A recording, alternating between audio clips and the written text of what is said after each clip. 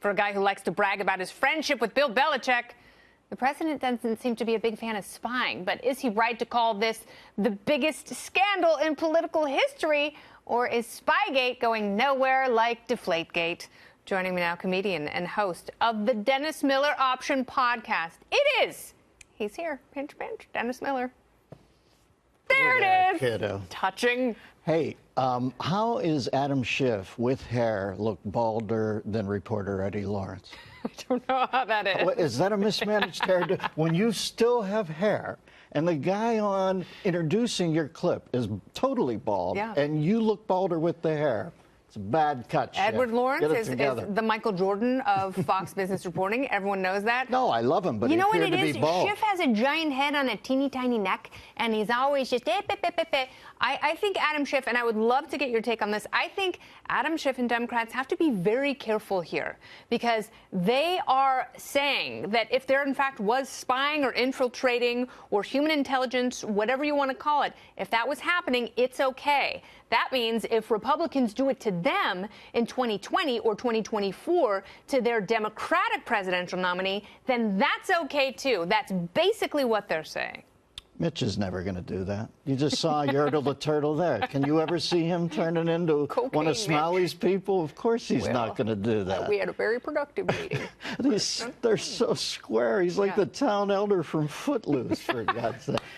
This is what's wrong with the culture right now. Half of them have just given in and are going to spy, do anything. The other half would like to, but they can't. And, you know, when they say, do you think there might have been a spy in Trump's campaign? Sure. I mean, he's been on phone calls with foreign leaders, Kennedy, and they've given the transcript out like an hour later. I think you're absolutely right. I think it's about as surprising as thinking that the president paid off a porn star. Yeah, I mean, none of it really shocks anyone anymore, does it?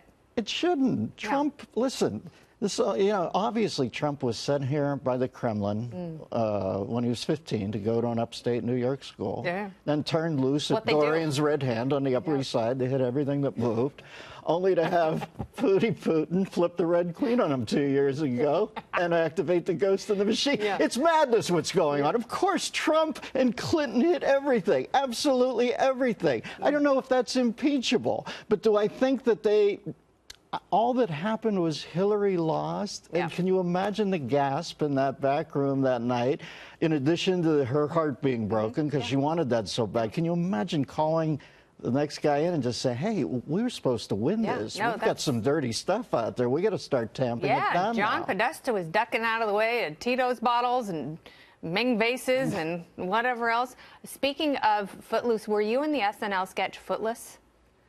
It was Tim Kazurinsky, where they all cut off their feet because they weren't supposed to dance. Listen, if I was in that sketch and don't remember it, I'm going to check into a dementia clinic, because that sounds like a rare one. But no, I don't think I was in Footless. Did you, when you were on SNL, did you like doing sketches as much as a Weekend Update? I used to try to get out of sketches because I was on with Phil Hartman, Dana Lovitz, and Mike Myers. Wow. It's like a murderer's row. Any sketch I was going to be in, Kennedy, I was the fifth lead. You know, it would be me in a bar saying, here's your gin and tonic.